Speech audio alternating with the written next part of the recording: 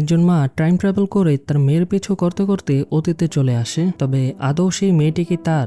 আমি কথা বলছিলাম ডোন্ট কাম হোম থাই সিরিজটি নিয়ে। যারা ডার্ক সিরিজটি দেখেছেন তাদের কাছে এই সিরিজটি বুঝতে খুব একটা কঠিন হবে না। আর এই সিরিজের অলরেডি 2টি এপিসোড আমি এক্সপ্লেন করে ফেলেছি। আমি সাজেস্ট করব সেই পর্বগুলো দেখে আসতে, আর না হয়তো এই গল্পের কোনো কিছুই বুঝতে পারবে না।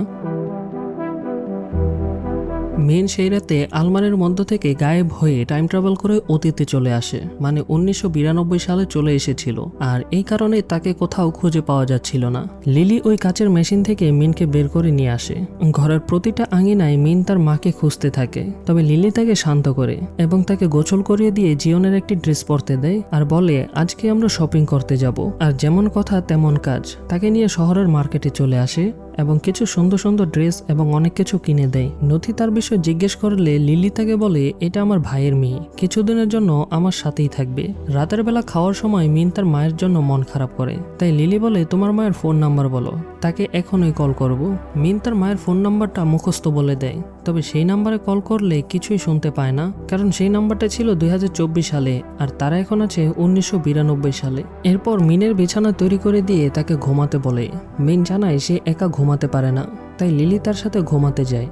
আর সে ধীরে ধীরে জিওনের মন খারাপের কারণগুলো রিয়েলাইজ করতে পারে, বুঝতে পারে বাচ্চাদের চাহিদা বেশি নয়, শুধু চায় তাদের প্রিয় মানুষগুলো যেন তাদের পাশেই থাকে। এরপর লিলি প্রমিস করে যে জিওনের সাথে যে অত্যাচারগুলো করেছিল সেগুলো যাতে মিনের সাথে না হয়, তাই তাকে তার মায়ের চেয়েও বেশি ভালোবাসবে এবং সে মিনের নাম পরিবর্তন করে জিওন রাখে। এতক্ষণে হয়তো অনেকেই বুঝে গেছেন, যারা বুঝেছেন তো বুঝেছেন, যারা বোঝেননি তারাও বুঝেছেন। এরপর দেখা যায় লিলি ধীরে ধীরে মিনের প্রতি দুর্বল হতে শুরু করেছে। তো একদিন নথি লিলিকে জিজ্ঞেস করে তার বাবা মা তাকে নিতে আসবে না। লিলি বলে এখন থেকে ও আমার মেয়ে, এই বিষয়ে আর কোনো প্রশ্ন করবে না। এরপর নথি তাদের একটি সুন্দর ছবি তোলে, অ্যালবামে রেখে দেয়। এই সেই ছবি যে ছবিটা ফা এবং টাই নথির কাছ থেকে পেয়েছিল। লিলি তার হাজব্যান্ড এবং জিওনের ছবিগুলো লুকিয়ে রাখে, সে তাদেরকে ভুলে গিয়ে শুধু মিনকে আপন করে নিতে চায়। মিন লুকোচুরি খেলতে খুব পছন্দ করত, তাই লিলিও তার সাথে লুকোচুরি খেলার সময় কাটায়। মিন সেই মুখোশটা পরে লুকোচুরি খেলতো আর সারা ঘরে দৌড়ে বেড়াতো। এরপর মিন জিওনের গল্পের বইটা খুঁজে পায়। সে বলে ঠিক এমন একটা পুরনো বই আমার কাছেও ছিল, তবে এই বইটা একদম নতুন। রাতে ঘুমানোর সময় সে বইটা পড়ে মিনকে শোনায়। দেখে এক পৃষ্ঠায় জিওন নিজের নাম লিখে রেখেছিল। জিওন সবসময় তার কাছে আবদার করত বই পড়ে শোনার, ঘুরতে নিয়ে যাওয়ার, কিন্তু সে কখনোই মেয়ের ছোট আবদারগুলো পূরণ করেনি। জিওনের মলিন চেহারাটা সে কিছুতেই ভুলতে পারছিল না, তাই সে আবারও সেই মেশিনটি চালু করে। আর এইবার আমাদের জিওন টাইম ট্রাভেল করে অতীতে চলে আসে এবং তার সামনে তার মাকে দেখে সে অবাক হয়ে যায়। তবে লিলি তাকে চিনতে পারে না। এদিকে জিওন তাকে বারবার মা বলে ডাকছিল। লিলি বলে তুমি আমার মেয়ে নও, আমার মেয়ে 5 বছর বয়সী। জিওনের সাথে সেই পিস্তলটাও ছিল, যেটা দেখে লিলি ভয় পেয়ে যায়। তাই জিওন সেটা মাটিতে রাখলে সে পিস্তলটা নিয়ে নেয় এবং জিওনকে সেই মেশিনের মধ্যে আটকে রাখে। এদিকে ফা 2024 সালে জিওনের বাড়িতে এসে কোথাও খুঁজে পাচ্ছিল না জিওনকে। মোবাইল ফোনটা আলমারির সামনে পড়েছিল। কিছুক্ষণ পরে অফিসার টাই সার্চ টিম নিয়ে সেখানে চলে আসে। তারা জিওনের টাকার সুটকেস খুঁজে পায়, দেখে বুঝতে পারে জিওন কোথাও পালিয়ে যায়নি। এরপর সে আরো খোঁজাখুঁজি করে লিলি এবং তার পরিবারের ছবি খুঁজে পায় আর মিনের সেই খেলনা স্টিকারটি পায় যেটির মুখ মিন কালো করে দিয়েছিল। তখন সেই ছবিটি নিয়ে নথিকে জিজ্ঞেস করে এই বাচ্চা মেয়েটি কে। নথি তখন বলে এটি হচ্ছে লিলি ম্যাডামের নিজের সন্তান। 30 বছর আগে তার মেয়ে এবং হাজব্যান্ড অ্যাক্সিডেন্টে মারা গিয়েছে। তারপর লিলি ম্যাডাম তার ভাইয়ের মেয়ে জিওনকে দত্তক নিয়েছে। ফা তাকে বাড়ির বেসমেন্ট ল্যাব সম্পর্কে জিজ্ঞেস করে। নথি বলে এই বিষয়ে আমি কিছুই জানি না। ফা থানায় ফিরে আসলে সেই কালো রঙের গাড়িটা দেখতে পায়, আর এটি সেই গাড়িটি যেটি জিওনের বাড়ির সামনে ছিল। এরপর সে কেসটিকে বোঝার চেষ্টা করছিল, তখন অফিসার ড্যানি তাকে রুমে ডাকে। এখানে দেখা যায় জিওনের হাজব্যান্ড চই সেখানে চলে এসেছিল। ড্যানি বলে উনি হচ্ছেন কর্নেল চই। চই তার মেয়ে এবং জিওনের বিষয়ে জিজ্ঞেস করে, তবে ফা উল্টো কর্নেল চইকে সন্দেহ করে বলে আপনি জিওনকে মারধর করতেন। জিওন আপনার থেকে পালিয়ে এই গ্রামে চলে এসেছিল, আর গতকাল সেই বাড়ির সামনে আপনার গাড়ি দেখতে পেয়েছিলাম।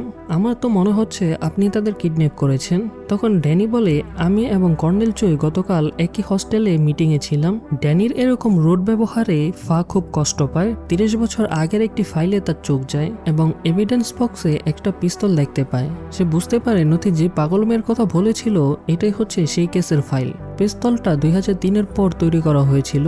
তখন ফা একটু অবাক হয়, 2003-এর পিস্তল কিভাবে 1992 সালের ফাইলে আসলো।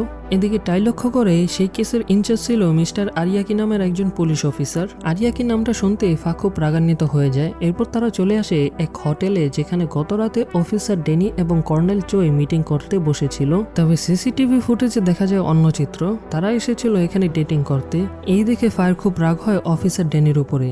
তখন ফা বুঝতে পারে এই কেসটা এত সহজ না যতটা সহজভাবে তাদের সামনে এসেছে। এই জন্য সে এই কেসের সম্পর্কে বিস্তারিত জানতে চলে আসে তার বাবার কাছে। তার বাবা তাকে বলে, আমার হাতে সময় নেই, কে বলবে জলদি বলো। ফা তাকে ফাইলটা দেখিয়ে বলে, এই কেস সম্পর্কে বিস্তারিত জানতে এসেছি। তখন সে বলতে শুরু করে, আজ থেকে প্রায় 30 বছর আগে 1992 সালে ওই বাড়িতে একটা পাগল মেয়ে আগুনে পুড়ে মারা যায়। চেহারাটা সম্পূর্ণ পুড়ে যাওয়ার কারণে মেয়েটার পরিচয় জানতে পারিনি, তাই কেসটা বন্ধ করে দিতে হয়। তবে সেই মেয়েটার কাছে পাওয়া যায় একটা পিস্তল এবং একটি ফোন নাম্বার, কিন্তু সেই ফোন নাম্বারটা ছিল বন্ধ এবং সেই মার্ডারের অভিযোগে বাড়ির কেয়ারটেকার নথিকে অ্যারেস্ট করা হয়। তবে পর্যাপ্ত প্রমাণ না থাকায় তাকে ছেড়ে দিতে হয়। নথিকে এর আগেও একবার অ্যারেস্ট করা হয়েছিল চুরির অভিযোগে। পরে মিস লিলি এসে তাকে ছাড়িয়ে নিয়ে যায়। তারপর লিলি এবং তার মেয়ে শহরে চলে যায়। তখন তার বাবা জিজ্ঞেস করে, আমি শুনেছি তুমি নাকি প্রমোশন পাওয়ার জন্য অফিসার ড্যানির সাথে অবৈধ সম্পর্ক করেছো। এটি শুনে ফা খুব কষ্ট পায় এবং তার বাবার ড্রিঙ্কসের ক্লাসটি নিয়ে সে ড্রিঙ্কস করে ফেলে। থানায় ফিরে টাইয়ের সাথে সম্পর্কটা সর্ট আউট করে নেয় আর সে কেসটাকে আবারও শুরু থেকে স্টাডি করতে থাকে এবং এবার সে কিছু একটা খুঁজে পায়। এরপর এভিডেন্স ফাইলে মৃত মেয়েটার থেকে পাওয়া ফোন নম্বরটা দেখে সে অবাক হয়ে যায়। সে কিছু না বলে সেখান থেকে বেরিয়ে চলে আসে তাদের বাড়িতে। 1992 সালের কেসটা আর এখন জিউন এবং মিনের হারিয়ে যাওয়া সব ঘটনা একসঙ্গে মিলাতে শুরু করে। অপরদিকে 1992 সালের টাইমলাইনে জিউনকে সে বেসমেন্টে আটকে রাখা হয়েছে। আর এই পর্বটি এখানেই শেষ হয়ে যায় এবং নেক্সট ভিডিওতে আমরা দেখব ওই পাগল মেয়েটি কে ছিল আর জিউন কি তার মেয়েকে নিয়ে ভবিষ্যতে ফিরে যেতে পারবে কিনা। সো দেখা হচ্ছে নেক্সট ভিডিওতে। ততক্ষণে তোমরা এই ভিডিওগুলো এনজয় করতে পারো।